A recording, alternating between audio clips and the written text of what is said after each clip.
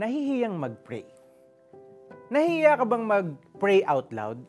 Nako, kapatid, hindi ka nag-iisa. Pero why? Aminado si Nanette na hindi siya magaling manalangin. Di tulad ng kanyang mga friends sa church who pray with confidence, using deep, flowery words na, alam mo yun, makakatakwil ng demonyo. Di ba? Grabe. How to be them? Sana all. Kaya mahina ang loob ni Nanette at minsan naitatanong din na, kailangan bang mag-pray in public in the first place? Di ba po sinabi sa Matthew 6 verses 6 to 8 na kapag mananalangin ka, dapat na pumasok ka sa silid, sara mo yung pinto, at huwag ka nang gumamit ng mga salitang walang kabuluhan. So ano ba talaga? Sa Romans 8:27, nakasulat, at ang Diyos na siyang nakakasaliksik sa puso ng tao. Ibig sabihin nun, God judges the heart. Kaya matalinhaga pa ang panalangin natin, no? Alam mo yun, simple lamang. Nasa loob man tayo ng ating mga silid o nasa labas, tinitignan ng Panginoon ang ating mga puso. Hindi naman masamang mag-pray out loud at gamitin ang galing sa pagbigkas kung meron ka man nun.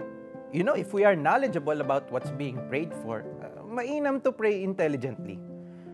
Ang importante, hindi tayo nagpapa-impress sa tao o sa Diyos.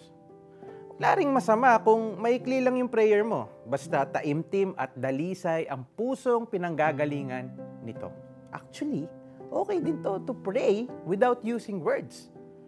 Hayaan nating ang Espiritu ang dumaing para sa atin sa paraang di natin kayang sambitin. Pray po tayo. Panginoon, teach me to listen and be led by the Holy Spirit whenever I pray. Speak your word into my heart so that the declaration of my mouth may be empowered by you alone. In Jesus' name, I pray. Amen. So okay, application time po tayo.